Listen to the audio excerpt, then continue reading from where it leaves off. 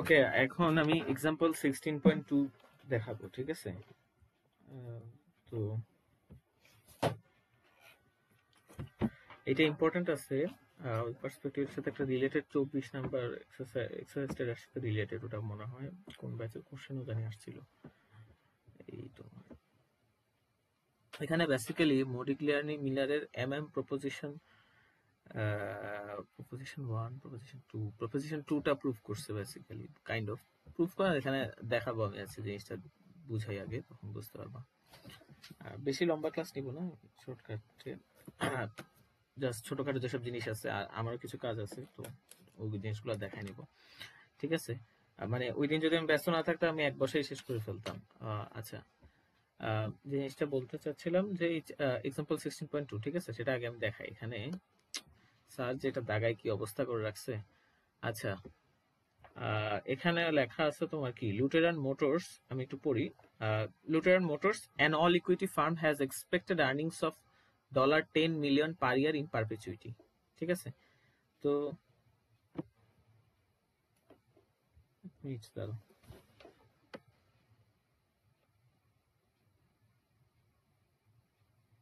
ওকে, হ্যাঁ, তো expected earnings of $10 million in perpetuity, ঠিক আছে? তো প্রত্যেক বছর মানে পারপেচুইটি মানে তো এটা কন্টিনিউয়াসলি আসতে থাকবে, ঠিক আছে? তো আমরা পারপেচুয়াল ক্যাশ ফ্লোকে ডিসকাউন্টিং করার ফর্মুলা তো জানি যে cash flow divided by interest rate, ঠিক আছে? ইন্টারেস্ট রেটটা কোন রেট হবে, সেটা কোন ক্যাশ ফ্লো সেটার উপর ডিপেন্ড করে কোন ইন্টারেস্ট রেট হবে, ঠিক আছে? সো রেলিভেন্ট ক্যাশ ফ্লোকে রেলিভেন্ট ইন্টারেস্ট রেট দিয়ে তোমার ডিভাইড করতে হবে, তখন তুমি পেয়ে যাবা, ঠিক আছে? বা কি বের করতেছো ওই জিনিসটা ম্যাটার করে অ্যাকচুয়ালি, ঠিক আছে? তো একটা অল ইকুইটি ফার্মের কথা বলছে, সেটার এক্সপেক্টেড আর্নিংস মানে সহজ কথায় ভালো বলতে পারো তুমি, এটা নেট ইনকাম বা ইবিআইটি বলতে পারো, ঠিক আছে? ধরো নেট ইনকাম, যে এক্সপেক্টেড কি, এক্সপেক্টেড নেট আর্নিংস হলো 10 মিলিয়ন করে পাবে প্রত্যেক ইয়ারে, এটা কনস্ট্যান্টলি 10 মিলিয়ন করে আসবে, ঠিক আছে? এখন বলতেছে the farm page all of its earnings out as dividend, so the 10 million may also be viewed as the stockholders expected cash flow. এখন যে 10 মিলিয়ন টাকা ফার্মের রেভিনিউ হয়, কিছু টাকা ফার্ম রেখে দিল আর বাকি টাকা শেয়ার হোল্ডারদের দিল, ঠিক আছে? অথবা ফার্মে হয়তো একটা অল ইকুইটি ফার্ম না, একটা লেভার্ড ফার্ম, তাহলে কি হচ্ছে যে তার যে আর্নিংস বা ইবিআইটি যেটা হচ্ছে, সেখান থেকে কিছু অংশ তার ডেটের ইন্টারেস্ট পেমেন্ট করতে হইতেছে, ঠিক আছে? কিন্তু যদি এরকম হতো, ঠিক আছে, কিন্তু এখানে হচ্ছে কি, এটা একটা অল ইকুইটি ফার্ম, তাহলে ডেট হোল্ডারদের কোনো ইন্টারেস্ট পেমেন্ট নাই, ঠিক আছে? তার উপর তারা কোনো রিটেনশন করতেছে না, যতটুকু আর্নিংস হচ্ছে, ঠিক আছে, পুরোটা তারা ডিভিডেন্ড হিসেবে দিয়ে দিচ্ছে। অর্থাৎ কি, ফার্মের যেটা নেট ইনকাম ওটাই স্টক হোল্ডারদের এক্সপেক্টেড ক্যাশ ফ্লো, মানে স্টক হোল্ডারদের কম্বাইন্ড যে ক্যাশ ফ্লো, মানে প্রত্যেকটা স্টক হোল্ডারকে যে টাকা দিবে সেটার কম্বাইন্ড যে ভ্যালু, সেটা হলো নেট ইনকামের ভ্যালুটাই, ঠিক আছে? টাকা দিবে বলতে আমি ডিভিডেন্ডের কথা বুঝাচ্ছি, যেহেতু সবগুলো আর্নিং এ ডিভিডেন্ড হিসেবে দিয়ে দেয়। তাহলে stock holder expected cash flow হলো তোমার 10 মিলিয়ন, ঠিক আছে? দেয়ার আর 10 মিলিয়ন শেয়ারস আউটস্ট্যান্ডিং এবং শেয়ারের সংখ্যা 10 মিলিয়ন। তাহলে এটা বোঝা যাচ্ছে যে এক্সপেক্টেড অ্যানুয়াল ক্যাশ ফ্লো পার ইয়ারে, ক্যাশ ফ্লো অ্যানুয়াল পার শেয়ারে যদি হিসাব করো, 10 মিলিয়ন শেয়ার আছে, ক্যাশ ফ্লো হলো 10 মিলিয়ন, ঠিক আছে? তাহলে তোমার পার অ্যানুয়াল পার শেয়ারে ক্যাশ ফ্লোটা আসতেছে 1 মিলিয়ন করে, ঠিক আছে? তো the cost of capital for this unlevered firm is 10%। তো এটা যেহেতু আনলেভার্ড ফার্ম, আমি আগে বলছি যে আনলেভার্ড ফার্ম বা অল ইকুইটি ফার্ম যেটা, সেটার যে cost of capital and cost of equity same, কারণ তার কোনো কস্ট অফ ডেট নাই, ঠিক আছে? তো যাই হোক, সেম তো সেমই, মেইন কথা বলতেছি যে কস্ট অফ ক্যাপিটাল দেওয়া আছে আমার কত, 10%, ঠিক আছে? এই হলো একটা ইনফরমেশন যেটা এক্সিস্টিং। এরপরে আমি হাইলাইট করছি, ঠিক আছে? এখানে যে নীল কালিগুলো দেখতেছো এগুলো আমি করিনি, এটা স্যার বানায় অ্যাডপ না কি দিয়ে করছিল, এরপর আর বুঝতে পারিনি, ঠিক আছে? কিন্তু এই যে এই লাইনটা হাইলাইট করা, এটা আমি করছি, ঠিক আছে? তো এখানে কি লেখা, যে এখানে হলো যে in addition the firm will soon build a new plan for $4 million. The plant is expected to generate additional cash flow of $1 million per year. এখানে চিন্তা করো আরেকটা প্রজেক্টের কথা চিন্তা করো। প্রজেক্টটা কি, কোম্পানি চিন্তা করতেছে যে সে একটা নতুন, ধরো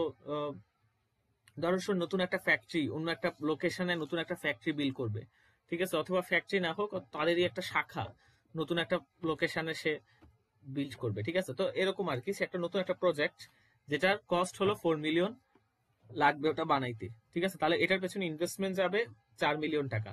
the plant is expected to generate additional cash flow of $1 million per year. অর্থাৎ কি, অর্থাৎ তুমি যদি ওই প্রজেক্টটাতে ইনভেস্টমেন্ট করো, ইনভেস্টমেন্ট না করলে কিন্তু 1 মিলিয়ন তো আসতেছে না। ইনভেস্টমেন্ট যদি করো তখন আলটিমেটলি করার পরে এটা প্রত্যেক ইয়ারে তোমাকে কত মিলিয়ন করে ক্যাশ ফ্লো দিবে, এটা এক্সপেক্ট করা হচ্ছে যে প্রত্যেক ইয়ারে 1 মিলিয়ন করে ক্যাশ ফ্লো দিবে। ঠিক আছে, তাহলে এই জিনিসটা হলো তার প্রজেক্টটার সাথে রিলেটেড। যদি সে প্রজেক্ট নেয় তাহলে প্রজেক্টের পিছনে তার 4 মিলিয়ন ইনভেস্টমেন্ট যাবে এবং ওই প্রজেক্ট থেকে 1 মিলিয়ন করে প্রত্যেক বছর তার ক্যাশ ফ্লো আসবে।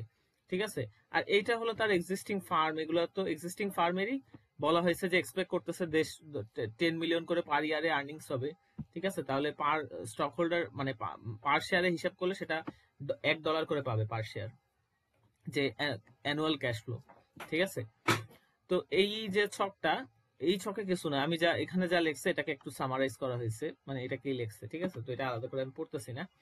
এখন আমরা যে কোনো লং টার্ম ইনভেস্টমেন্ট ডিসিশন মূল্যায়ন করার সময় করি কি, এনপিভি বের করি। এনপিভির মেইন ফর্মুলাটা কি? এনপিভির মেইন ফর্মুলা হলো যে তোমার যে ইনভেস্টমেন্টের অ্যামাউন্টটা, ঠিক আছে, সেটার সাথে যোগ যায় হলো তোমার future cash flow. Future cash flow, ঠিক আছে, present value of future cash flow বা ক্যাশ ইনফ্লো যেটাই বলো, ফিউচার যে ক্যাশ ফ্লো গুলো আসবে ওটার প্রেজেন্ট ভ্যালু, এবং যেই টাকা আমার ওটা ওই প্রজেক্টের পিছনে ইনভেস্টমেন্ট যাচ্ছে সেটা মাইনাস যায়। ঠিক আছে, যে দুটো মিলে আমার নেট প্রেজেন্ট ভ্যালু আসে। সো যেই প্রজেক্টের কথা বলছি ওই প্রজেক্টে যদি আমরা নেট প্রেজেন্ট ভ্যালু বের করি, আমার প্রজেক্টে ইনভেস্টমেন্ট যাচ্ছে 4 মিলিয়ন এবং প্রজেক্টটা আমাকে প্রত্যেক বছর 1 মিলিয়ন করে ক্যাশ ফ্লো দিবে। ঠিক আছে, 1 মিলিয়ন। এখন এটাকে আমরা ডিসকাউন্টিং করব। আচ্ছা, ডিসকাউন্টিং হলো ফার্মের যে কস্ট অফ ক্যাপিটাল, প্রজেক্টকেও সেম কস্ট অফ ক্যাপিটাল ধরে ডিসকাউন্টিং করা হয়েছে। ঠিক আছে, মানে প্রজেক্টের জন্য তো আলাদা কোনো কস্ট অফ ক্যাপিটাল বলেনি যে প্রজেক্টের জন্য কস্ট অফ ক্যাপিটাল ডিফারেন্ট। ঠিক আছে, তো ফার্মের কস্ট অফ ক্যাপিটাল কত? 10%, তাহলে প্রজেক্টেও 10% ধরে ডিসকাউন্টিং করা হয়েছে। এখন ডিসকাউন্টিং এর উপর এখানে কোনো 1.1 স্কয়ার, 1.1 কিউব এরকম কিছু বসবে না, যেহেতু এটা perpetual cash flow. Simply cash ফ্লোকে ইন্টারেস্টের অ্যামাউন্ট, ইন্টারেস্ট রেট দিয়ে ডিসকাউন্ট ভাগ দিয়ে দিলে আলটিমেটলি আমি প্রেজেন্ট ভ্যালু পেয়ে যাচ্ছি। ঠিক আছে, তাহলে এটাকে এটা দিয়ে ভাগ দিয়ে এবং যোগ করছে তোমার ইনভেস্টমেন্টের অ্যামাউন্ট যোগ করে আমার নেট প্রেজেন্ট ভ্যালু কিসের? প্রজেক্টটার যে নেট প্রেজেন্ট ভ্যালু সেটা বের করছে যে 6 মিলিয়ন। ঠিক আছে, এটা কোথায় কাজে লাগবে এটা পরে দেখাবে। এখন এখানে ব্যালেন্স শিট দেখাইছে যে বিভিন্ন সিচুয়েশনে, মানে শেয়ার যে ইস্যু করবে এই ঘোষণা দেওয়ার পর কি হয়েছে, শেয়ার ইস্যু হওয়ার পর তার ব্যালেন্স শিটে কি ধরনের অবস্থান হয়েছে। ঠিক আছে, এরকম বিভিন্ন ফেসে যায় তার ব্যালেন্স শিট কি অবস্থানে আছে সেই জিনিসটা দেখাইছে। ঠিক আছে, তো এখানে শেয়ার ইস্যুর বিষয়টা কোত্থেকে আসলো? বিষয়টা এখান থেকে আসলো যে আমি যে প্রজেক্টটার কথা বলতেছি, যে প্রজেক্টে সে ইনভেস্টমেন্ট করবে 4 মিলিয়ন টাকা। ঠিক আছে, এই 4 মিলিয়ন টাকা তো আর বাতাস থেকে আসবে না, এটা কোত্থেকে আসবে? ঠিক আছে, সে যে আর্নিং করে সেটা তো আর এই প্রজেক্টে ইনভেস্টমেন্ট করতেছে না, সে যে আর্নিং করে সেটা পুরাটা সে ডিভিডেন্ড হিসেবে দিয়ে দেয়। তো এই 4 মিলিয়ন কোত্থেকে আসবে? এই 4 মিলিয়নের জন্য সে নতুন করে ফাইন্যান্সিং করবে, অর্থাৎ কি, সে নতুন করে ডেট ইস্যু করবে অথবা ইকুইটি ইস্যু করবে। ঠিক আছে, যে ইকুইটি ইস্যু করবে কিসের নামে? যে আমরা ইকুইটি ইস্যু করতেছি, আমাদের এই প্রজেক্টের ফাইন্যান্সিং লাগবে, যে একটা প্রজেক্ট নতুন একটা প্ল্যান বিল্ড করব। ঠিক আছে, এখন প্ল্যান যে বিল্ড করবে এটা কি পজিটিভ নিউজ না নেগেটিভ নিউজ? অবশ্যই পজিটিভ নিউজ। নতুন একটা প্ল্যান বিল্ড করবে, সেখানে নতুন প্রোডাকশন হবে। ঠিক আছে, তো এটা পজিটিভ নিউজ। এখন বিভিন্ন সিচুয়েশনে প্রথমত before the market knows of the project. ঠিক আছে, অর্থাৎ প্রজেক্টে ইনভেস্টমেন্ট করা হয়নি, ইনভেস্টমেন্টের জন্য যে টাকাটা লাগবে সেটার জন্য শেয়ার বা ডেট ইস্যু করা হয়নি, এবং এই প্রজেক্টে যে ইনভেস্টমেন্ট করবে এই ধরনের কোনো অ্যানাউন্সমেন্টও করেনি। ঠিক আছে, এই সব কিছুর আগে, অর্থাৎ এই দুই লাইন নাই। ঠিক আছে, এই সব কিছুর আগের ব্যালেন্স শিটের সিচুয়েশন কি ছিল? সে একটা অল ইকুইটি ফার্ম। ঠিক আছে, অল ইকুইটি ফার্ম, আমি অ্যাসেটের বিষয়টা দেখাই। তার অ্যাসেট কি হবে? তার প্রত্যেক ইয়ারে আর্নিংস আসে 10 মিলিয়ন করে, মানে আর্নিংস বলতেছে, এটা আর্নিংস না। আর্নিংস হলে তো এখানে আসতো না, আর্নিংস তো এই জায়গায় আসে না। এখানে আর্নিংস তো ঠিক আছে, বাট এটার ক্যাশ ফ্লো, যেহেতু আর্নিং এর পুরোটাই ডিভিডেন্ড হিসেবে দিয়ে দেয়, স্টক ক্যাশ ফ্লো হলো প্রত্যেক ইয়ারে 10 মিলিয়ন করে। ঠিক আছে, তো 10 মিলিয়ন যদি প্রত্যেক ইয়ারে আসে, এটা প্রেজেন্ট ভ্যালু। ঠিক আছে, মানে ভবিষ্যতে এটা আগামী ফিউচার ইয়ার্স গুলোতে প্রত্যেক ইয়ারে 10 মিলিয়ন করে আসতে থাকবে। তাহলে এটার ভ্যালুটা তুমি কত বসাবা? 10 মিলিয়ন তো বসাতে পারবা না, এটার প্রেজেন্ট ভ্যালুটা বসাইতে হবে, যেটাকে 10 মিলিয়নকে আমার কস্ট অফ ক্যাপিটাল দিয়ে ডিসকাউন্টিং করছে, মানে কস্ট অফ ইকুইটি দিয়ে ডিসকাউন্টিং করছে। বেসিক্যালি ক্যাপিটাল আর ইকুইটি একই, অল ইকুইটি ফার্ম যেহেতু, তো ডিসকাউন্টিং করে আমার আসছে 100 মিলিয়ন, যেটা আমার অ্যাসেটের ভ্যালু। ঠিক আছে, আর অ্যাসেটের যেটা ভ্যালু সেটাই আমার ইকুইটির ভ্যালু, এখানে কোনো ডিফারেন্স হবে না, কারণ এটা একটা অল ইকুইটি ফার্ম। ঠিক আছে, তোমার হলো যেই অ্যাসেটটা কিসের সমন্বয়ে গঠিত, যে অ্যাসেটের একটা অংশ তোমার ডেট হোল্ডারদের টাকায়, একটা হলো ইকুইটি হোল্ডারদের টাকায়, ঠিক আছে? তো যেই ফার্মে ডেট নাই ওই ফার্মে তো অ্যাসেটের পুরোটাই ইকুইটি ভ্যালুর সমান হবে, ঠিক আছে? তাহলে ইকুইটি হলো 100 মিলিয়ন, যার মধ্যে আমরা আমরা কি জানি যে শেয়ারের সংখ্যা কত? শেয়ারের সংখ্যা ছিল আমাদের 10 মিলিয়ন শেয়ার, ঠিক আছে? আমাদের এটা বলা ছিল এই যে 10 মিলিয়ন শেয়ারস, ঠিক আছে? তাহলে 10 মিলিয়ন যদি হয় শেয়ারের সংখ্যা, পার শেয়ারের দাম কত হবে? আমার ইকুইটির ভ্যালু 100 মিলিয়ন, 10 মিলিয়ন শেয়ারের সংখ্যা, তাহলে আমার পার শেয়ারের দাম হবে 100 ÷ 10, মানে 10 টাকা করে পার শেয়ার মার্কেটে এই মুহূর্তে বিক্রি হবে বা বিক্রি হয়, ঠিক আছে? এখন এই সিচুয়েশন দেখলাম, এখন সে কিভাবে ফাইন্যান্সিং করতে হবে? তার তার যে 4 মিলিয়ন টাকা প্রয়োজন প্রজেক্টের জন্য, সে দুটো কাজ করতে পারে, হয় সে ইকুইটি ইস্যু করতে পারে অথবা সে ডেট ইস্যু করতে পারে। যদি সে ইকুইটি ইস্যু করে, ঠিক আছে, এখন সে অ্যানাউন্সমেন্ট করলো, ঠিক আছে, অ্যানাউন্সমেন্ট করলো যে সে একটা নতুন প্ল্যান্ট বিল্ড আপ করবে অমুক জায়গায়, ঠিক আছে, সেটার জন্য তার ফাইন্যান্সিং প্রয়োজন, তো সে এত টাকার ইকুইটি ক্যাপিটাল ইস্যু করবে, ঠিক আছে? এই যে অ্যানাউন্সিং করলো, ঠিক আছে, এটার ফলে একটা এফিশিয়েন্ট মার্কেটে কি এফেক্ট করবে? এটা তো অবশ্যই আমি আগেই জানাই দিছি, যেটা একটা পজিটিভ নিউজ, যে তুমি একটা তোমার একটা নতুন প্ল্যান্টে ইনভেস্টমেন্ট করবা, ঠিক আছে? তো আহ, আচ্ছা, তোমার অ্যাসেটের ভ্যালু 100 টাকাই আছে, ঠিক আছে? এখানে হবেটা কি? এটা একটা পজিটিভ নিউজ হলে কি শেয়ারের ডিমান্ড বেড়ে যাবে না? মানুষ আর দেখা যাবে শেয়ার কিনবে আরো বেশি। এখন শেয়ারের ডিমান্ড বেড়ে গেলে কি হবে? তোমার আলটিমেটলি শেয়ার সংখ্যা তো বাড়েনি, সে কিন্তু শেয়ার ইস্যু করেনি, মানে ইস্যু কিন্তু এখনো করেনি, এটা বলছে আপন announcement of equity issue, say announce করছে যে অমুক তারিখে বা পরে সে ইকুইটি ইস্যু করবে, ঠিক আছে?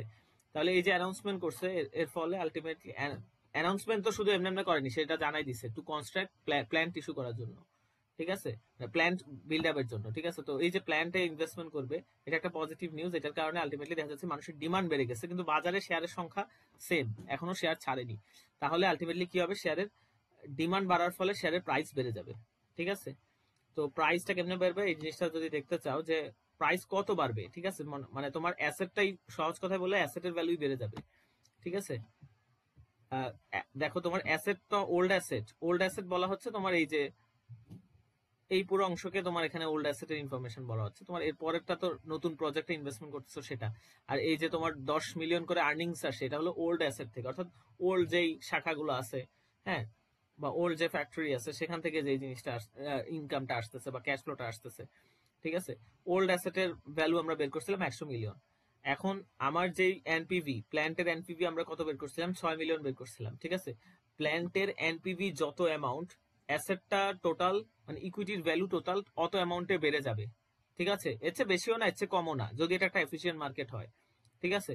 তোমার এর চেয়ে বেশি হইলে তো মানে এটা তো আলটিমেটলি তোমার ওভার ভ্যালুড হয়ে গেল, ঠিক আছে? আবার কম হইলে এটা আন্ডার ভ্যালুড হয়ে গেল, ঠিক আছে? তো এফিসিয়েন্ট মার্কেট তো আর ওভার ভ্যালু বা আন্ডার ভ্যালুড থাকে না, ঠিক আছে? তো আলটিমেটলি তোমার মানুষ ডিমান্ড বেশি করতে থাকবে, এর ফলে দাম বাড়তে থাকবে, এবং অতক্ষণ পর্যন্ত তোমার ইকুইটি টোটাল ভ্যালু বাড়তে থাকবে যতক্ষণ পর্যন্ত এটা 106 মিলিয়নের সমান না হয়, অর্থাৎ 6 মিলিয়ন যতক্ষণ পর্যন্ত বৃদ্ধি না পায়, যেহেতু প্ল্যান্টের এনপিভি 6 মিলিয়ন, ঠিক আছে? এখন 106 মিলিয়ন হলো তোমার ইকুইটি, শেয়ারের সংখ্যা 10 মিলিয়ন। এখন যদি তুমি ডিভাইড দাও তাহলে বুঝতে পারবা পার শেয়ার প্রাইস এখন 10 থেকে চেঞ্জ হয়ে 10.6 এ এসে দাঁড়াইছে। তাহলে পার শেয়ার প্রাইস হলো 10.6, ঠিক আছে? আর একটা এফিসিয়েন্ট মার্কেট, এখানে একটা জিনিসের কথা বলা আছে, যে এই যে দাম বেড়ে গেছে, এটা যেদিন অ্যানাউন্স করবে সেদিনই হয়, ঠিক আছে? এটা পরের দিন বা আগের দিন হয় না, ঠিক আছে? এটা এফিসিয়েন্ট মার্কেটের বৈশিষ্ট্য অনুযায়ী বলছে আর কি। আহ, তো এখানে আহ, এখন দেখো যে সে অ্যানাউন্স করছিল, এখন হলো আলটিমেটলি সে স্টক ইস্যু করবে, ঠিক আছে? মানে এখন তো রিয়েলি সে স্টক ইস্যু করবে। স্টক সে কত টাকার ইস্যু করবে? 4 লাখ টাকার, সরি 4 মিলিয়ন টাকার স্টক, ওকে, 4 মিলিয়ন টাকার স্টক সে ইস্যু করবে, ঠিক আছে?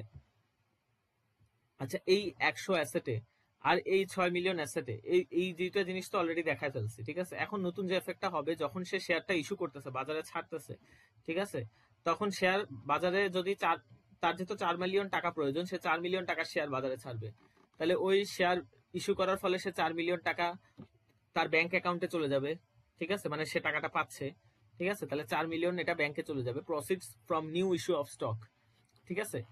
আহ, আর এখানে হলো তোমার ইকুইটি, ঠিক আছে? তো আলটিমেটলি ওই 4 মিলিয়ন টাকা তো ব্যাংকে যাচ্ছে, ঠিক আছে, ওই 4 মিলিয়ন টাকার শেয়ারও বাড়তেছে, ঠিক আছে। অর্থাৎ হলো তোমার ইকুইটির ভ্যালু টোটাল 110 মিলিয়ন হয়ে যাচ্ছে, ঠিক আছে। এখন বোঝার চেষ্টা করো, তোমার শেয়ার ইস্যুর ফলে আলটিমেটলি শেয়ারের দাম চেঞ্জ হবে না, এটা কেন, এটা বলা আছে মনে হয়, because the new shares have not remained 8 million, price has now risen to 10।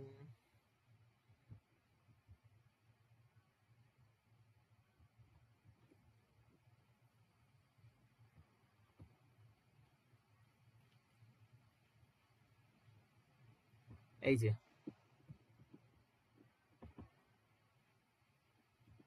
এইখানে হাইলাইট করছি, আমি বলতেছি ব্যাখ্যায়, দেখো তোমার প্রাইস 10 থেকে 10.6 এ কখন আসছিল, যেই দিন এই ইনফরমেশনটা জানাইছে সে একটা প্ল্যান বিল্ড আপ করবে, যখন সে স্টকটা ইস্যু করতেছে, এই ইনফরমেশন কিন্তু পুরো ইনফরমেশন, ঠিক আছে, যে সে স্টক ইস্যু করবে একটা নতুন প্ল্যান বিল্ড আপ করার জন্য, তাহলে এই পুরান ইনফরমেশনের কোনো এফেক্ট আজকে পড়বে না, যা এফেক্ট পড়ার সেটা ওই যেদিন অ্যানাউন্স হয়েছে সেই দিনই পড়ে যাবে, ঠিক আছে। তার ফলে প্রাইস যে 10.6 হয়েছে সেখান থেকে আর চেঞ্জ আজকে হচ্ছে না, ঠিক আছে। Note that the price has not change, this is consistent with the efficient capital market because stocks price should move due only to new information, ঠিক আছে। তো নতুন কোনো ইনফরমেশন তো বাজারে আসেনি, তো বাজারে তাহলে প্রাইস 10.6 থাকতেছে শেয়ারের, যেটা হচ্ছে নতুন শেয়ার ইস্যু করার ফলে তোমার শেয়ারের সংখ্যা বেড়ে যাচ্ছে, ঠিক আছে। এখন শেয়ার সংখ্যা কত বাড়বে এটা কেমনে বুঝবা, তোমার 4 লাখ টাকার প্রয়োজন, এর কারণে তুমি 4 লাখ টাকার শেয়ার ইকুইটি ইস্যু করবা, তো 4 লাখ টাকার ইকুইটি ইস্যু করবা, আর এটা ভুলে ডাবল হাইলাইট করে ফেলছি, আর তোমার শেয়ারের প্রাইস কারেন্টলি মার্কেটে 10.6 করে আছে, ঠিক আছে। তাহলে 4 লাখ ডিভাইডেড বাই 10.6 করলে তুমি পেয়ে যাচ্ছ যে শেয়ারের সংখ্যা, মানে কতগুলা শেয়ার ইস্যু করা লাগবে তোমার এই 4 লাখ টাকা সংগ্রহের জন্য, সেটা 3,77,378, ঠিক আছে। তো এই অ্যামাউন্টকে তোমার প্রিভিয়াস যে শেয়ার অলরেডি মার্কেটে আছে সেটার সাথে যোগ করে দিলে হবে তোমার কারেন্ট শেয়ারস, ঠিক আছে। সেটা 10 মিলিয়নের সাথে যোগ করে দিলে এটা হচ্ছে কারেন্ট নাম্বার অফ শেয়ারস, ঠিক আছে। এটা হলো issuance of stock before construction begin on plant. আচ্ছা, এখানে বোঝার বিষয় কি, এখানে সে স্টক ইস্যু করছে, টাকা সংগ্রহ করছে, ঠিক আছে, স্টক ইস্যু করে কনস্ট্রাকশনের জন্য, কিন্তু সে কিন্তু এখনো কনস্ট্রাকশন স্টার্ট করেনি, ঠিক আছে। কনস্ট্রাকশন স্টার্ট করার পর বিষয়টা কি হবে, আচ্ছা স্টার্ট না, ডাইরেক্ট কমপ্লিশনে চলে গেছে, যে কনস্ট্রাকশনটা তুমি কমপ্লিট করে ফেলছো, ঠিক আছে। অর্থাৎ যে প্রজেক্টের জন্য টাকা উঠাইছো সেই প্রজেক্টের কনস্ট্রাকশন হয়ে গেছে, ঠিক আছে। তোমার ওল্ড অ্যাসেটের ভ্যালুতে তো কোনো এফেক্ট হচ্ছে না, ওল্ড অ্যাসেটের ভ্যালু 100 মিলিয়নই থাকতেছে, ঠিক আছে। এখন present value of plant 1 million, okay. এই দেখো এখানে লেখা আছে কোথায়, this plant is built immediately, 4 million is given to the contractor। এই দেখো, এই যে তুমি শেয়ার ইস্যু করে যে 4 লাখ টাকা পাইছিলা, ঠিক আছে, ওই সময় তো তুমি এখনো কনস্ট্রাকশন স্টার্ট করোনি, যখন তুমি কনস্ট্রাকশন স্টার্ট বা কমপ্লিট করে ফেলবা এই 4 লাখ টাকা তো তোমার হাতে থাকতেছে না, কনস্ট্রাকশনে এই 4 লাখ টাকা চলে যাবে, ঠিক আছে। এই 4 লাখ টাকাও থাকতেছে না, আর এই এনপিভিও আলাদা করে এভাবে লেখার কিছু হয়নি, কারণ এনপিভিটা হলো কি তোমার ফিউচারের ডিসিশন নেওয়ার ক্ষেত্রে এনপিভি ইউজ করা হয়, ঠিক আছে। যে ফিউচারে যে ক্যাশ ফ্লো গুলো আসবে সেটার প্রেজেন্ট ভ্যালু আমরা এনপিভি দিয়ে লিখি, ঠিক আছে। আমার ইনভেস্টমেন্ট কত গেছে আর ফিউচারে যে ক্যাশ ফ্লো গুলো আসবে, ঠিক আছে। বা এনপিভি না, এখানে ডাইরেক্ট প্রেজেন্ট ভ্যালু লেখছে, ঠিক আছে। তোমার 4 মিলিয়ন তো কাটাকাটি গেছে, আর আছে শুধু প্রত্যেক ইয়ারে 1 মিলিয়ন করে আসবে। তুমি যদি এনপিভি জিনিসটা দেখো, এই যে এই এনপিভি এভাবে বের করছো, ঠিক আছে। তো এই পার্টটার মধ্যে 4 মিলিয়ন যে টাকা, তো তোমার তো এটা অলরেডি মানে কাটাকাটি গেছে কেমনে, 4 মিলিয়ন টাকা তোমার পকেট থেকে গেছে, আবার 4 মিলিয়ন টাকা তুমি সংগ্রহ করছো ইকুইটি ক্যাপিটাল, ইকুইটি শেয়ার ইস্যুর মাধ্যমে, ঠিক আছে। তাহলে এটা তোমার, এটার কোনো ভ্যালু তোমার অ্যাসেট সাইডে থাকতেছে না, ঠিক আছে, মানে ওভাবে থাকতেছে না। এখানে যে জিনিসটা আসতেছে 1 মিলিয়ন করে, এখন তোমার প্ল্যানটাই বানানো হয়ে গেছে, ঠিক আছে। প্রত্যেক বছর তোমার 1 মিলিয়ন করে ওই প্ল্যান থেকে ক্যাশ ফ্লো আসবে, এটা বলছিল, ঠিক আছে। তাহলে এই 1 মিলিয়নের, এটা যেহেতু পারপেচুয়াল ক্যাশ ফ্লো, এটাকে আমি আমার 10% রেট দিয়ে ডিসকাউন্টিং করব, ঠিক আছে। তো এটাকে যখন আমি ডিসকাউন্টিং করতেছি তখন আমার আসতেছে এটা হলো 10 মিলিয়ন, অর্থাৎ আমার টোটাল অ্যাসেট 110 মিলিয়ন, ঠিক আছে। এখানে দেখো, আচ্ছা ওই আলোচনায় পরে আসতেছি, টোটাল অ্যাসেট 110 মিলিয়ন, ইকুইটি 110 মিলিয়নই আছে, ঠিক আছে। আচ্ছা এই দেখো, এই 4 মিলিয়নটা কেন এখানে আসেনি, এখানে লেখা আছে মনে হয় খুব সম্ভবত, because the building expenditure of 4 million have already paid they no longer represent a future cost, ঠিক আছে, hence they no longer reduce the value of the plant, ঠিক আছে, মানে এই যে এখানে আলটিমেটলি আসেনি, ঠিক আছে, কারণ এটা অলরেডি পেমেন্ট করা হয়ে গেছে, এটা আলটিমেটলি তোমার এখানে ফিউচার কস্ট হিসেবে আসতেছে না, ঠিক আছে, আলটিমেটলি 1K জাস্ট 10% ডিসকাউন্টিং করে তুমি প্রেজেন্ট ভ্যালু পেয়ে গেছো। তো এখানে তোমার 110 মিলিয়নই থাকতেছে, অ্যাসেটের ভ্যালু সেমই থাকতেছে, জাস্ট এখানে এই তোমার ব্যাংক অ্যাকাউন্টে কোনো টাকা থাকতেছে না, আর আলাদা করে ভাবে এনপি আসবে না, ডাইরেক্ট প্ল্যান্টের প্রেজেন্ট ভ্যালু, মানে এরকম ওল্ড অ্যাসেটের ভ্যালু যেভাবে বের করছো একইভাবে ওল্ড অ্যাসেট তো একটা বিল্ড আপ অ্যাসেট, এটা তো নতুন করে বানাচ্ছ না, এরকম এখন এটা তো বানানো হয়ে গেছে, এটার ভ্যালু একইভাবে প্রেজেন্ট ভ্যালু বের করা হয়েছে, যে তোমার ক্যাশ ফ্লো গুলা প্রেজেন্ট ভ্যালু, তাহলে এই অ্যাসেটের ভ্যালু হলো 10 মিলিয়ন, ঠিক আছে, দুইটা অ্যাসেট মিলে তোমার ইকুইটি 110 মিলিয়ন। আচ্ছা, রিটার্ন দেখবো অনেকগুলো ম্যাথে তোমার রিটার্ন বের করা লাগে, কি অনেকগুলো ম্যাথ, মানে এক্সেসে যে ম্যাথ আছে বেশ কিছু ম্যাথে তোমার এরকম রিটার্ন বের করা লাগছে, ঠিক আছে, তো এরকম কিছু কিছু ম্যাথে ছিল তোমার। তো যখন তোমাকে ইকুইটি হোল্ডারদের রিটার্ন বের করতে বলবে, তুমি কেমনে বের করবা? বেসিক্যালি তোমার যে জিনিসটা আসবে উপরে উপরে আসবে তোমার ইকুইটি হোল্ডারদের ক্যাশ ফ্লো, ঠিক আছে, ইকুইটি হোল্ডারদের ক্যাশ ফ্লো কেমনে বের করে সেটাতেও আসতেছি, নিচে বসবে ইকুইটির ভ্যালু, ঠিক আছে, ইকুইটি হোল্ডারদের ক্যাশ ফ্লো বেসিক্যালি নরমালি তুমি যেভাবে বের করো সেটা হলো তোমার যে ইবিআইটি আছে, earnings before interest and tax, ঠিক আছে, সেখান থেকে যে জিনিস বাদ যায়, যদি ওটা লেভার্ড ফার্ম হয় তাহলে ইন্টারেস্টের অ্যামাউন্ট বাদ যাবে, আর ট্যাক্স সিচুয়েশন থাকলে ট্যাক্সের অ্যামাউন্টও বাদ যাবে, তো আলটিমেটলি যে ভ্যালুটা থাকছে সেটা ইকুইটি হোল্ডারদের জন্য এক্সপেক্টেড ক্যাশ ফ্লো, ঠিক আছে, তো এই ইকুইটি হোল্ডারদের যে এক্সপেক্টেড ক্যাশ ফ্লো বা সহজ কথায় নেট ইনকাম তোমার ইকুইটির কত পার্সেন্টেজ, ঠিক আছে, তো এই ইকুইটি তোমার এখানে যদি এখন এই অঙ্কের পার্সপেক্টিভে বের করে দেখায় যে এই অঙ্কে তোমার ইকুইটি কত আছে 110 মিলিয়ন, তাহলে নিচে 110 মিলিয়ন বসতেছে, ঠিক আছে, আর রিটার্ন কত পাবে? রিটার্ন 11 মিলিয়ন পাবে। কেমনে রিটার্ন? মানে প্রত্যেক ইয়ারে সে কি পাচ্ছে, যে তোমার 10 মিলিয়ন করে পাচ্ছে ওল্ড অ্যাসেট থেকে, আর প্রত্যেক ইয়ারে 1 মিলিয়ন করে পাচ্ছে নিউ অ্যাসেট থেকে আর কি, ঠিক আছে, মানে নতুন প্ল্যান থেকে, ঠিক আছে, যেটা বিল্ড আপ হয়ে গেছে, তাহলে টোটাল সে পার ইয়ারে মানে প্রত্যেক ইয়ারে 11 মিলিয়ন করে ক্যাশ ফ্লো পাচ্ছে, ঠিক আছে, তো তোমার এই 11 মিলিয়নটা হলো ইকুইটি হোল্ডারদের, যেহেতু এটা এখন একটা অল ইকুইটি ফার্ম, এই যে 11 মিলিয়ন ক্যাশ ফ্লো আসতেছে এর মধ্যে কোনো অংশ ডেট হোল্ডারদের পাওনা না, ঠিক আছে, তাহলে এই যদি এটা একটা লেভার্ড ফার্ম হইতো এর মধ্যে একটা ডেট হোল্ডারদের পেমেন্টও থাকতো।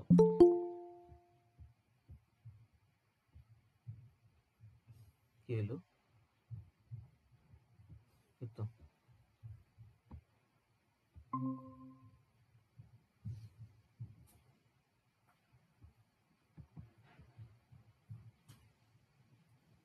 কখন শুরু হয়েছে ক্লাস?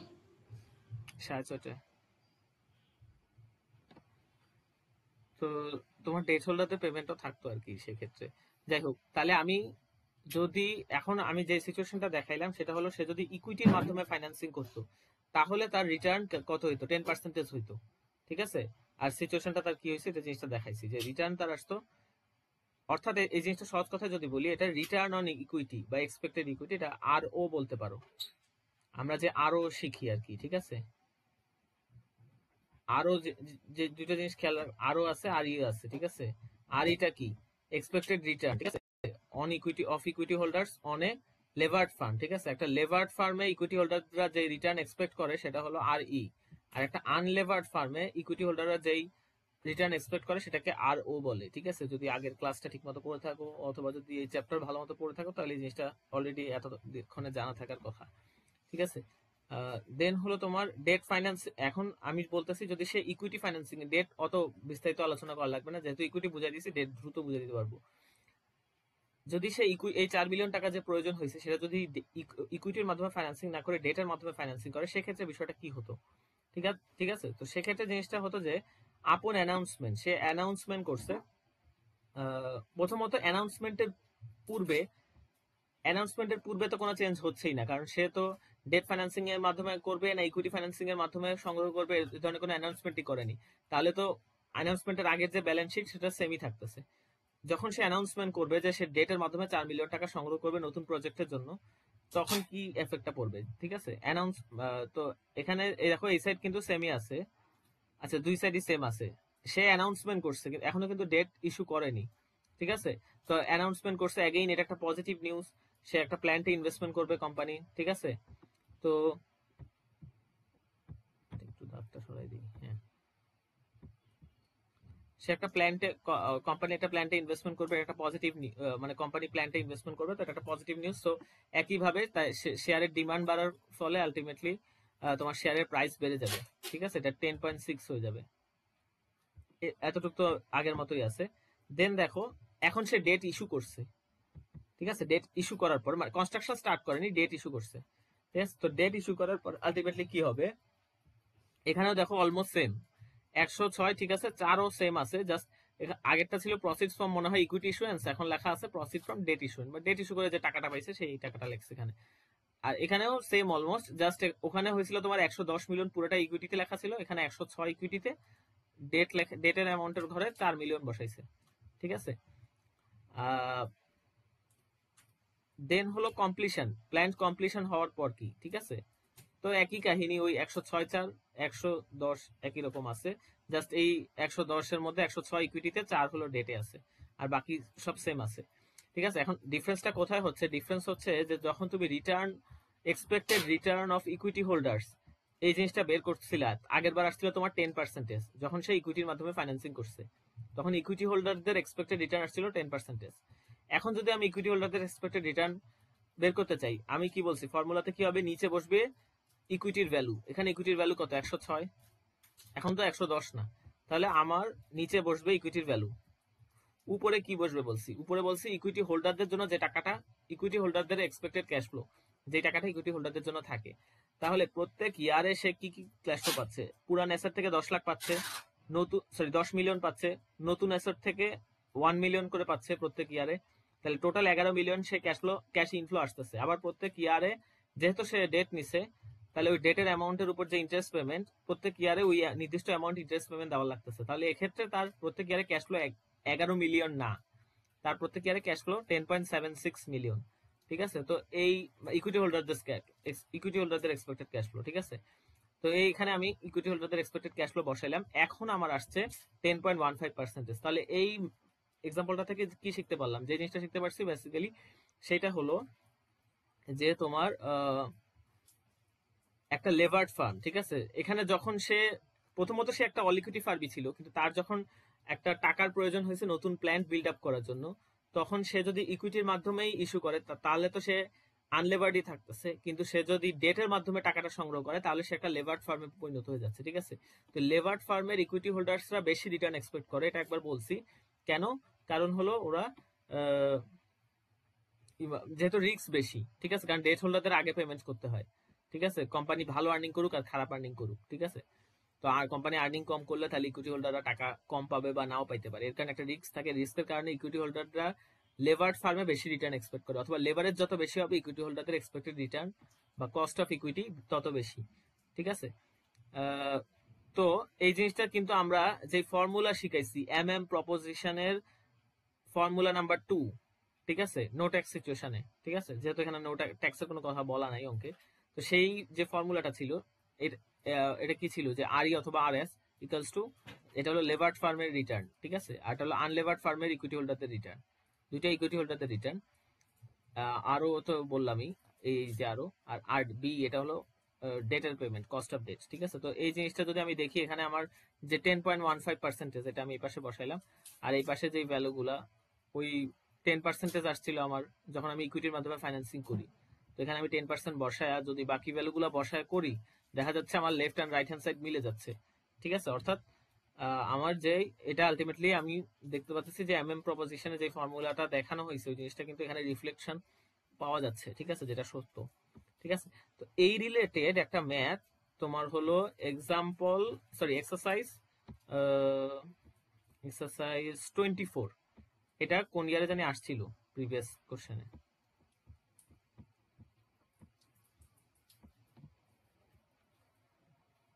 ওটাও আমি এখন দেখা দিচ্ছি কি।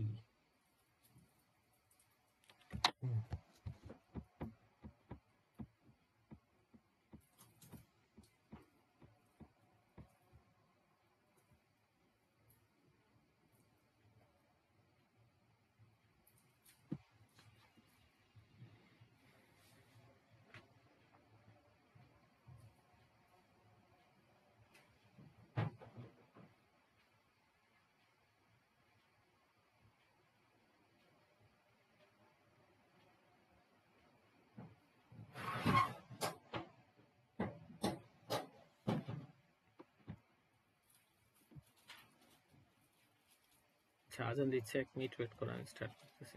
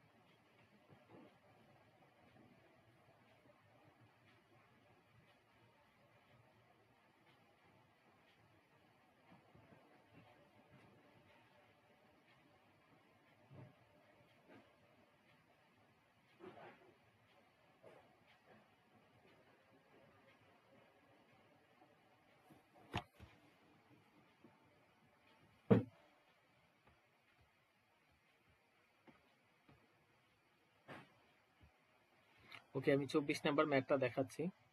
তোমার হলো, দেখো, এত দাগাদাগি পড়তে বিরক্ত লাগে। আচ্ছা, যে জিনিসটা দেখাচ্ছে এখানে হলো, green manufacturing income plans to announce that it will issue 2 million on perpetual debt. আচ্ছা, এখানে আমি সামারি করে বলি কি কি লেখা আছে, ঠিক আছে। গ্রিন ম্যানুফ্যাকচারিং একটা কোম্পানি, সে অ্যানাউন্স করছে সে it will issue 2 million of perpetual and use the proceed to repurchase common stock. আচ্ছা, বেসিক্যালি এটা মনে হয় অল ইকুইটি ফার্ম। হ্যাঁ, গ্রিন নাম কি, গ্রিন ম্যানুফ্যাকচারিং, ঠিক আছে। এটা একটা কোম্পানি, যে কোম্পানিটা হলো একটা অল ইকুইটি ফার্ম, ঠিক আছে। অর্থাৎ এই কোম্পানির 4 লাখ শেয়ার আছে, ঠিক আছে, যেটার টোটাল ভ্যালু দাঁড়াচ্ছে 6.3 মিলিয়ন। অর্থাৎ পার শেয়ারের ভ্যালু কত তুমি ভাগ দিলেই বুঝে যাবা। তো এটা কোনো ডেট নাই, ঠিক আছে। এটা হলো কারেন্ট সিচুয়েশন ওই ফার্মে, ঠিক আছে। এখন ফার্ম ভাবতেছে যে আমি 2 মিলিয়ন ডেট নিব, মানে তার টোটাল ভ্যালু হলো 6.3 মিলিয়ন, ঠিক আছে। তো সে ভাবতেছে 2 মিলিয়ন এর মধ্যে ডেটে কনভার্ট করবে। তো ডেটে কনভার্ট করার সিস্টেমটা কি? ডেটে কনভার্ট করার সিস্টেম হলো, সে 2 মিলিয়ন টাকার ডেট ইস্যু করবে, আর ইস্যু করে যে টাকাগুলো পাচ্ছে ওই টাকা দিয়ে 2 মিলিয়ন টাকার শেয়ার রিপারচেস করে নিবে। অর্থাৎ মার্কেটে যে 6.3 মিলিয়ন টাকার শেয়ার আছে, তাহলে 2 মিলিয়ন টাকার শেয়ার রিপারচেস করে নিলে সেটা হয়ে যাবে 4.3 মিলিয়ন টাকার শেয়ার, ঠিক আছে। আর তোমার ওই 2 মিলিয়ন টাকা তো সে ডেট ইস্যু করতেছেই, ঠিক আছে। তো এভাবে করে কনভার্ট হয়ে যায় আলটিমেটলি। তো এই জিনিসটা ইনফরমেশন দেওয়া আছে। আর কি ইনফরমেশন দেওয়া আছে, তার অ্যানুয়াল প্রিট্যাক্স আর্নিংস হলো 1.5 মিলিয়ন। অর্থাৎ ধরো ইবিআইটি, তো ইবিআইটি তার আছে 1.5 বিলিয়ন করে কনস্ট্যান্ট ইন পারপেচুইটি, অর্থাৎ প্রত্যেক ইয়ারে 1.5 মিলিয়ন করে আসবে, ঠিক আছে। তো তার ট্যাক্স রেট 40% বলা আছে, ঠিক আছে। এখন এই যে আমরা যেগুলো এই জিনিসটা শিখছি ওই রিলেটেড ম্যাথ এটা দেখাই, যে what is the expected return on green security before the announcement of the debt issue. অর্থাৎ ডেট ইস্যু অ্যানাউন্সমেন্টের আগে তার রিটার্ন জানতে চাইছে, ইকুইটি রিটার্ন। তো ইকুইটি রিটার্ন আমরা কেমনে বের করি? আমি যে ফর্মুলা বলছি, মাত্র বলছিলাম যে তোমার যে ইকুইটি হোল্ডারদের রিটার্ন হলো, তুমি যে নেট ইনকামটা পাচ্ছ, সহজ কথায় বললে এই নেট ইনকামকে ডিভাইড করবা ইকুইটির অ্যামাউন্ট দিয়ে, ঠিক আছে। তো এখানে তার প্রি ট্যাক্স আর্নিং হলো 1.5 মিলিয়ন। এখান থেকে আলটিমেটলি তাহলে ট্যাক্সের অ্যামাউন্টটা মনে হয় বাদ যাবে। তাহলে 1.5 ইন্টু 1 মাইনাস ট্যাক্স রেট, ঠিক আছে। আর যেহেতু এখানে এটা all equity farm, currently all equity farm, তাহলে এখানে তো কোনো ইন্টারেস্ট পেমেন্ট বাদ যাওয়ার কোনো কোশ্চেন আসতেছে না, ঠিক আছে। EBIT into 1 minus tax rate, এটাকে আমি ইকুইটি হোল্ডারদের ক্যাশ ফ্লোটা পেয়ে যাচ্ছি, ঠিক আছে। সেই ক্যাশ ফ্লো থেকে আলটিমেটলি আমি কি ভাগ দিব, ইকুইটির অ্যামাউন্ট দিয়ে। এখানে ইকুইটির অ্যামাউন্ট কত, 6.3 মিলিয়ন, তাহলে 6.3 মিলিয়ন দিয়ে ভাগ দিতে হবে। অর্থাৎ দেখি এখন কি লেখা আছে,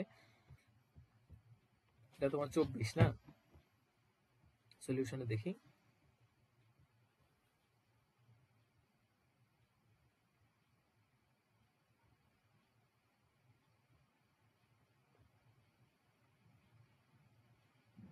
আচ্ছা, 6 লাখ কি জিনিস, 1.5 before the announcement of date issue, 6 lakh হলো ট্যাক্স। ও এটাই তো, যে আর কি বেশি কাজ করছে আর কি। যাই হোক, তুমি এখানে 1.5 মিলিয়ন যেটা, সেটাকে 1.5 ইন্টু 1 মাইনাস ট্যাক্স রেট, মানে 1 মাইনাস 0.40 একবারই লিখে নিতে পারো। তো ওরা কি করছে, আগে ট্যাক্সের অ্যামাউন্ট বের করছে, দেন ট্যাক্সের অ্যামাউন্ট বাদ দিছে, ঠিক আছে। তো একই কথা, তুমি এই 1.5 মিলিয়নকে ইন্টু 1 মাইনাস 0.40 লিখলে একবারই তোমার ইকুইটি হোল্ডারদের ক্যাশ বের হয়ে যাচ্ছে। সেটাকে ইকুইটির অ্যামাউন্ট যেটা ছিল তোমার 6.3 মিলিয়ন, সেটা দিয়ে ভাগ করলে আলটিমেটলি ইকুইটি হোল্ডারদের রিটার্ন চলে আসতেছে। এটা যেহেতু একটা অল ইকুইটি ফার্ম বা আনলেভার্ড ফার্ম, তো আনলেভার্ড ফার্মের ইকুইটি হোল্ডারদের রিটার্নকে কি বলে? আরও বলে, ঠিক আছে? কারণ এটাকে আরও হিসেবে লিখছে, ঠিক আছে, মানে আরও দিয়ে ডিনোট করে সাধারণত। দেন হলো তোমার বি নাম্বার কোশ্চেনে বলতেছে construct green markets value balance sheet before the announcement of the debt issue. What is the price per share of the firm's equity? Construct green market value balance sheet before the announcement of the what is the price per share of the firm's equity? আচ্ছা, market value, আমি ভাবছি value balance sheet আবার কি জিনিস, আমি আলাদা আলাদা পড়তেছিলাম, খেয়াল করিনি। মার্কেট ভ্যালুর বেসিসে আর কি, ঠিক আছে, মার্কেট ভ্যালুর বেসিসে balance sheet before the announcement of the debt issue. আচ্ছা, তাহলে অ্যানাউন্সমেন্টের আগে, সে যে ডেট ইস্যু করবে এটার অ্যানাউন্সমেন্টের আগে তার কি কি সিচুয়েশন হবে, তাহলে ব্যালেন্স শিটটা আঁকবে, ঠিক আছে। তা সে একটা অল ইকুইটি ফার্ম, সে ডেট ইস্যু অ্যানাউন্স ইভেন অ্যানাউন্সমেন্টের পরেও আলটিমেটলি এখানে ডেটের অ্যামাউন্টে কোনো কিছু বসবে না। যখন সে ডেট ইস্যু করবে তখন যা এখানে কিছু একটা বসবে, ঠিক আছে। তো অ্যানাউন্সমেন্টের আগে যেহেতু সে একটা অল ইকুইটি ফার্ম, তার যে মার্কেট ভ্যালু সেটা হলো 6.3 মিলিয়ন বলা আছে, ঠিক আছে। তো এই যে 6.3 মিলিয়ন, এটাই আলটিমেটলি অ্যাসেটের ঘরে বসতেছে, এটাই আলটিমেটলি তোমার ইকুইটির ঘরে বসতেছে, ঠিক আছে। এখানে আবার এটাকে শেয়ারের সংখ্যা দিয়ে ভাগ দিয়ে প্রাইস পার শেয়ার বের করছে। কেন বের করছে এটা কি জানতে চাইছে? ও হ্যাঁ, এই যে প্রাইস পার শেয়ার জানতে চাইছে। তো প্রাইস পার শেয়ার তোমার আলটিমেটলি শেয়ারের সংখ্যা হলো তোমার 4 লাখ, কোথাও বলা আছে হয়তো বা, এই যে 4 লাখ শেয়ার, ঠিক আছে। আমি আগেই বলছিলাম এটা ভাগ দিলে তুমি শেয়ারের প্রাইস পেয়ে যাবা, ঠিক আছে। দেন বলছে construct green markets value balance sheet immediately after the announcement of the debt issue, ঠিক আছে। ডেট ইস্যুর অ্যানাউন্সমেন্ট করার পরে ব্যালেন্স শিট, ওকে, ডেট ইস্যুর অ্যানাউন্সমেন্ট করছে, ডেট এখনো ইস্যু করেনি, অর্থাৎ একটা কিসের জন্য বেসিক্যালি জাস্ট ফার্মের ক্যাপিটাল স্ট্রাকচার কনভার্ট করতেছে, ওকে। আচ্ছা, ঠিক আছে, এখানে আমরা কি চেঞ্জ হবে এটা প্রপোজিশন অনুযায়ী চিন্তা করব, ঠিক আছে। মানে ওখানে তো আরেকটা সিচুয়েশন ছিল, ওখানে বলছে যে প্ল্যান্ট নতুন প্ল্যান্ট বানাবে, নতুন প্ল্যান্টের থেকে প্রত্যেক বছর এত করে টাকা আসবে, ঠিক আছে, এটা বলছিল, ঠিক আছে। কিন্তু এখানে কিন্তু ওরকম কিছু না, নতুন কিছুতে ইনভেস্টমেন্টের জন্য সে ডেট ইস্যু করতেছে না, রেদার সে যেটা করতেছে তার 6.3 মিলিয়ন টাকা হলো তার ফার্মের ভ্যালু, সেই ভ্যালুটাই হয়তো জাস্ট সে ক্যাপিটালটাকে রিস্ট্রাকচারিং করতেছে, ঠিক আছে, যে তোমার হলো মানে ইকুইটি কিছুকে ডেটে কনভার্ট করে নিতেছে। তো আলটিমেটলি তাহলে এটা তোমার কেমনে বুঝবা যে এখন কি চেঞ্জটা হবে? এখানে তোমার বুঝতে হবে যে এটা তো মার্কেট ভ্যালুর কথা বলছি, ঠিক আছে, তবে এটার যে ইন্ট্রিনসিস বা অ্যাকচুয়াল ভ্যালু, ঠিক আছে, সেটা কিন্তু তোমার সেম থাকবে না, সেটা চেঞ্জ হয়ে যাবে। তো ইন্ট্রিনসিস বা অ্যাকচুয়াল ভ্যালু হলো তোমার প্রপোজিশন অনুযায়ী চিন্তা করো। এখানে কিন্তু তোমার আগে বুঝতে হবে এটা কি নো ট্যাক্স না ট্যাক্স সিচুয়েশন, এটা ট্যাক্স সিচুয়েশন, ঠিক আছে। 40% ট্যাক্স রেটের কথা বলা আছে। তো ট্যাক্স সিচুয়েশনে আমরা কি জানি যে value of levered firm equals to value of unlevered firm plus tax shield, ঠিক আছে। তাহলে আগে এটা আনলেভার্ড ছিল, এখন এটা লেভার্ড ফার্মে কনভার্ট হয়ে যাচ্ছে, ঠিক আছে। তাহলে এইটা তুমি আনলেভার্ড ফার্মের ভ্যালুর সাথে ট্যাক্স শিল্ডটা অ্যামাউন্ট যোগ করবা, ভ্যালু অফ লেভার্ড ফার্ম সমান VU প্লাস TCB, ঠিক আছে। ট্যাক্স শিল্ডের অ্যামাউন্ট তুমি নরমালি বের করতে পারবা। কোশ্চেনে দেখবা ট্যাক্স রেট 40% দেওয়া আছে, সে নতুন যে পরিমাণ ডেট ইস্যু করবে সেটার কথা বলা আছে 2 মিলিয়ন, ঠিক আছে। অর্থাৎ 2 মিলিয়নকে 40% ট্যাক্স রেট দিয়ে গুণ করলে আমার ট্যাক্স শিল্ড পেয়ে যাচ্ছি। এই ট্যাক্স শিল্ডকে আমার আনলেভার্ড ফার্মের যে ভ্যালু সেটা কত ছিল 6.3 মিলিয়ন, এই 6.3 মিলিয়নের সাথে যোগ করলে আমি পেয়ে যাচ্ছি 7.1 মিলিয়ন। এটা আমার নতুন যে লেভার্ড ফার্ম সেটার ভ্যালু, ঠিক আছে, প্রপোজিশন অনুযায়ী। এখন এইটার ফলে আলটিমেটলি তোমার ইয়েতে কি ব্যালেন্স শিটে কি এফেক্ট করবে? তোমার ব্যালেন্স শিটে অ্যাসেট, ওল্ড অ্যাসেট হিসেবে 6.3 মিলিয়নই থাকতেছে, নতুন যে লেবার কনভার্ট করবা, ঠিক আছে, এটার ফলে তোমার ফার্মের ভ্যালু বৃদ্ধি পাবে। এটা এই যে একটা পজিটিভ নিউজ। তো এটার ফলে আলটিমেটলি তোমার ইকুইটি, এটার ফলে মানুষ তোমার শেয়ার সংখ্যা, মানে শেয়ারের ডিমান্ড কারেন্টলি হয়তো বেড়ে যাবে, ঠিক আছে। তো এর ফলে তোমার টোটাল অ্যাসেটটা বাড়বে, ঠিক আছে। তো কি পরিমাণ বাড়বে? ওই ট্যাক্স শিল্ডের যে অ্যামাউন্টটা সেই অ্যামাউন্টে বাড়বে। তাহলে present value of tax shield তোমার এখানে 8 লাখের অ্যামাউন্ট বসাইছে। তো যেই 8 লাখটা বসাইছে ওই 8 লাখের যোগফলটা আলটিমেটলি এখানে তোমার ইকুইটি আর 6.3 মিলিয়ন থাকতেছে না, ইকুইটির মার্কেট ভ্যালু বেড়ে 7.1 মিলিয়ন হয়ে যাচ্ছে, ঠিক আছে। তো এই এফেক্টটা এখানে দেখাইলো। দেন বললো যে তোমার ডি নাম্বারে যে what is Green stock's price per share immediately after the repurchase announcement. তো রিপারচেস অ্যানাউন্সমেন্টের পর তার পার শেয়ার প্রাইস কি দাঁড়াবে, ঠিক আছে। এখন তার মার্কেট ভ্যালু অফ ইকুইটি হলো 7.1 মিলিয়ন, শেয়ারের সংখ্যা তো আগেই বলা আছে যে 4 লাখ শেয়ার, তাহলে প্রাইস পার শেয়ার এখন বেড়ে 7.75 হয়ে যাচ্ছে। ঠিক আছে, কারণ কি একটা তোমার ওই এটাকেও পজিটিভ নিউজ বলতে পারো কাইন্ড অফ, কারণ তোমার হলো ট্যাক্স সিচুয়েশনে হলো যে একটা ফার্ম যদি আনলেভার থেকে লেভারেজ নিতেছে, ঠিক আছে, এটা ভালো। ঠিক আছে, কারণ আমরা তো জানি যে ট্যাক্স সিচুয়েশনে মডিগালি মিলের প্রপোজিশন অনুযায়ী ট্যাক্স সিচুয়েশনে লেভারেজ নেওয়া ফার্মের জন্য ভালো আর কি। ঠিক আছে, যে তুমি লেভারেজ যত বাড়াবা ফার্মের ভ্যালু তত বাড়বে।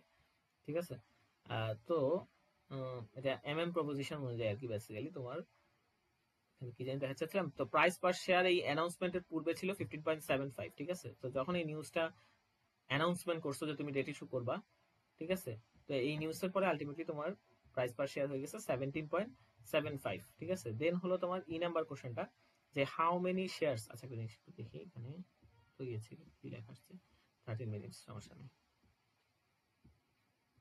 How many shares will Green repurchase as a result of the debt issue? How many shares of common stock will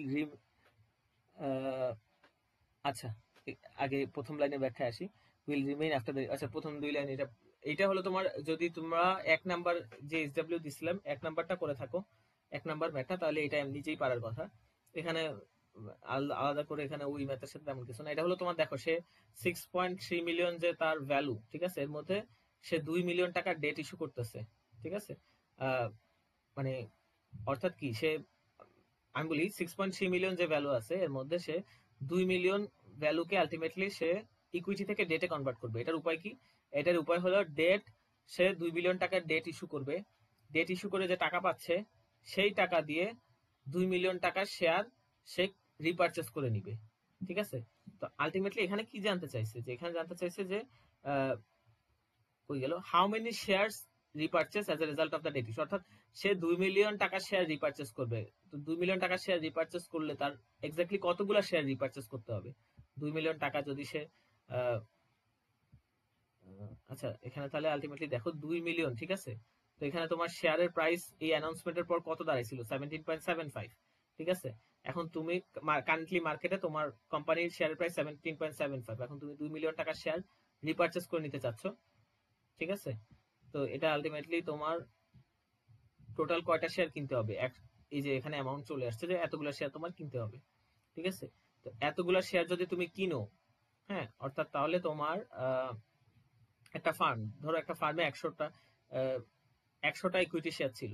ঠিক আছে, এর মধ্যে এখন ফার্মটা হঠাৎ ডিসাইড করলো যে আমি ডেট ইস্যু করব। ঠিক আছে, তো ডেট ইস্যু করে আমি আর কি ডেটে কনভার্ট করব, 20 টাকাকে ডেটে কনভার্ট করব। ঠিক আছে, তো সে ডেট ইস্যু করে আলটিমেটলি 20 টাকার শেয়ার রিপারচেস করে নিল। ঠিক আছে, অর্থাৎ 20 টাকার শেয়ার কমে গেল মার্কেট থেকে, 100 থেকে শেয়ারের দাম হয়ে গেল, শেয়ারের সরি 100 থেকে শেয়ারের টোটাল ভ্যালু 80 টাকা হয়ে গেল। ঠিক আছে, মার্কেটে এখন 80 টাকার শেয়ার আছে তোমার কোম্পানি, 20 টাকার শেয়ার সে রিপারচেস করে নিল, তাহলে তার মার্কেটে আছে 80 টাকার শেয়ার। বিষয়টা একটা ওরকম আর কি, যে যে তোমার যে মার্কেটে তার 4 লাখ শেয়ার আছে।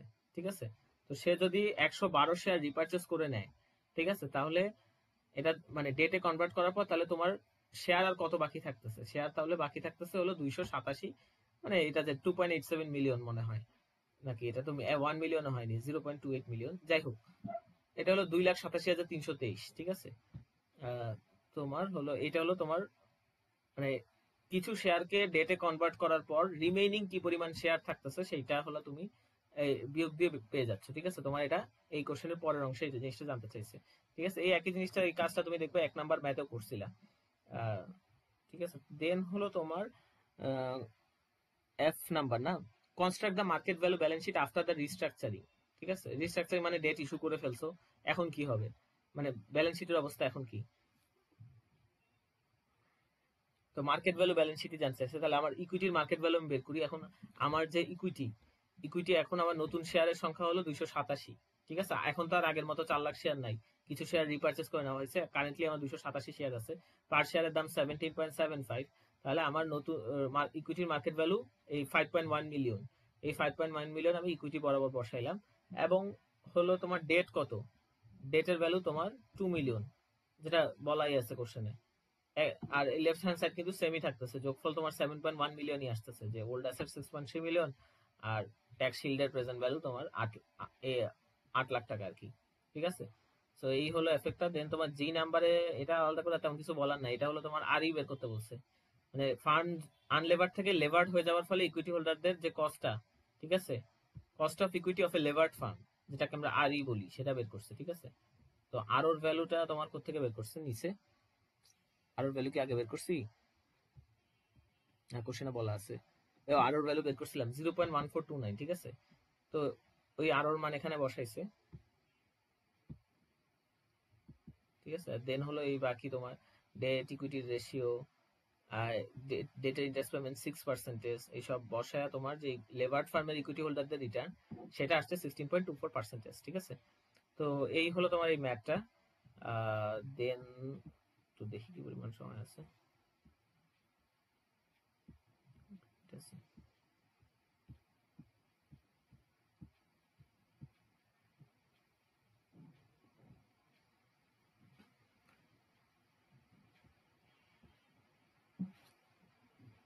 আচ্ছা আমি যে 16 নাম্বারটা দেখাই, যে তোমরা তো মানে যদি কোনো প্রবলেম,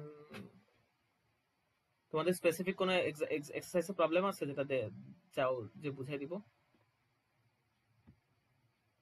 সেটা থাকলে বলতে পারো। আর যদি এখন না থাকে তাহলে তো পরে যদি পাও তাহলে সেক্ষেত্রে আমাকে মেসেজে বললে আমি মেসেজে জানিয়ে দিব, আর এখন বললে আমি হয়তো তোমাকে দেখাই দিব ডাইরেক্ট, যদি কোনো এক্সারসাইজের প্রবলেম থাকে। কি হলো? আপাতত নাই, পাইলে জানাবো।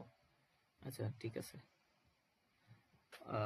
আচ্ছা আমি এমনি একটা জিনিস দেখাই এটাতে, কারণ বাকি যেই ম্যাথগুলো এগুলো তোমার মোটামুটি আমি যে কনসেপ্ট আগের ক্লাসে পড়াইছি ওগুলোর সাথে যায়। ঠিক আছে, তো এখানে একটা জিনিস দেখাইতেছি যে একটু এই জিনিসটা এক্সপ্লেন করে নিই। তোমার এখানে 16 নাম্বার ম্যাথটা, ঠিক আছে, তোমার এই দেখো আমি যে ভ্যালুর জিনিসটা দেখাইছিলাম। ও আচ্ছা, আগের ক্লাসে একটা জিনিস আমার এক্সপ্লেন করা বাকি আছে, একটু বাকি না মানে আমি একটু বলে নি একটা জিনিস ভুলে। এই দেখো তোমার গ্রোথ রেটের বিষয়টা দেখাইছিলাম যে গ্রোথ রেট 1%। ঠিক আছে, সেক্ষেত্রে কি এফেক্ট হচ্ছে? তোমার লেবার ফার্মের ভ্যালু বেড়ে যাচ্ছে।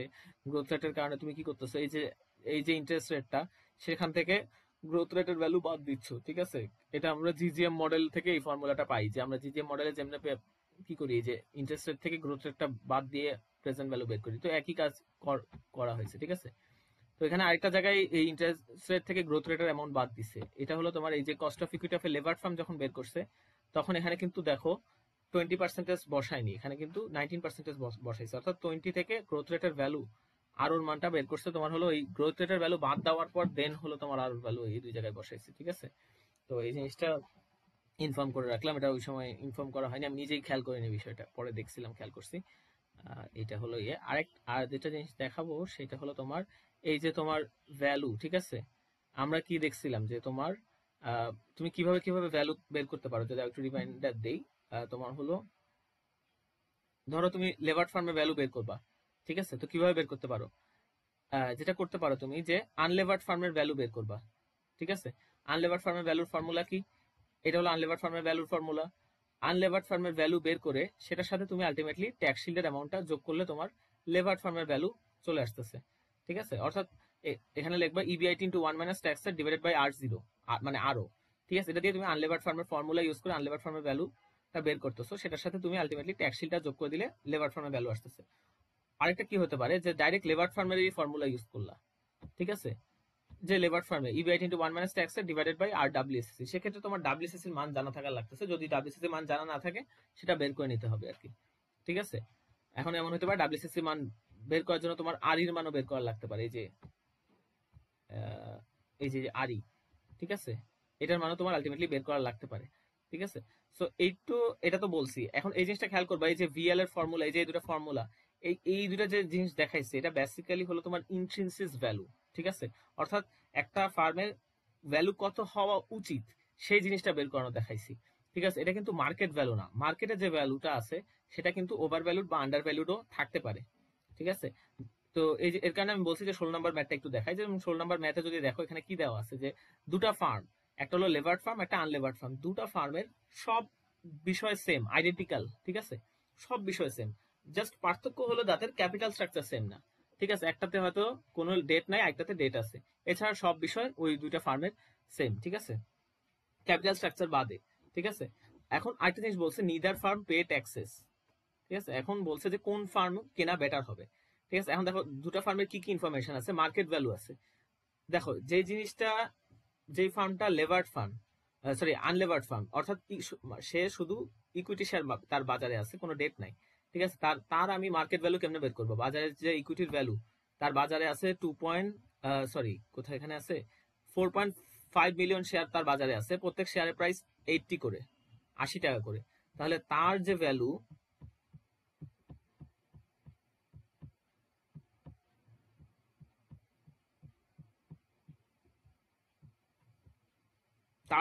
সেটা কি দাঁড়াচ্ছে? 3.6 মিলিয়ন।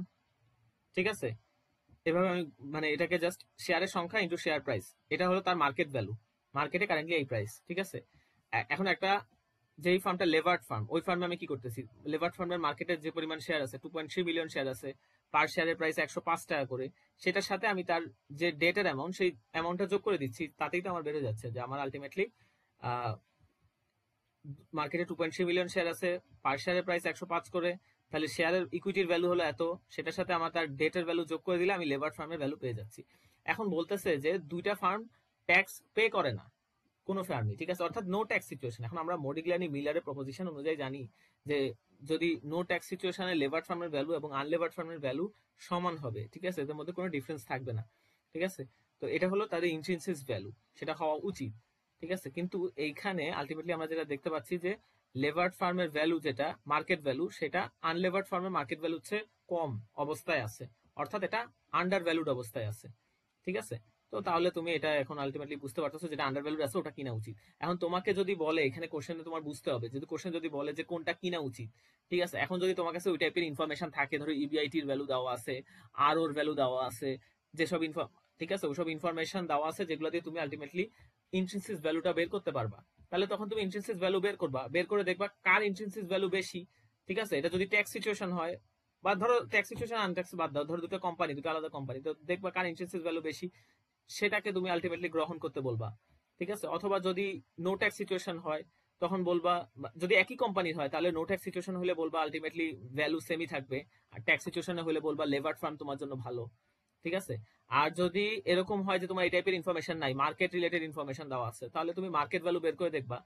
হ্যাঁ, এখন যদি তোমাকে বলে যে কোনটা বেটার অপশন, তাহলে দেখবা যে মার্কেট ভ্যালু অনুযায়ী তোমার আলটিমেটলি এখানে, যেমন এই সিচুয়েশনটা কি হয়েছে যে মার্কেট ভ্যালু তোমার দুটার সমান হওয়া উচিত ছিল, যেহেতু একটা নো ট্যাক্স সিচুয়েশনের ম্যাথ, কিন্তু আলটিমেটলি সমান না, তার অর্থ যেটা আন্ডার ভ্যালুড সেটা তোমার কিনা উচিত।